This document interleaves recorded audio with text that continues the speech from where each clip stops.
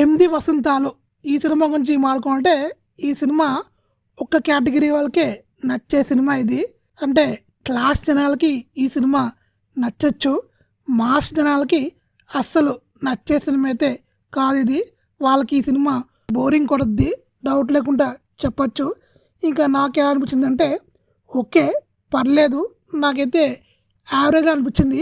ఈ సినిమాలో హీరోయిన్ మాత్రం చాలా బాగా చేసింది, సూపర్ అంటే సూపర్ వేసింది. ఈ సినిమా తర్వాత తనకి అవకాశం వచ్చే ఛాన్స్ అయితే ఆల్మోస్ట్ ఉంది.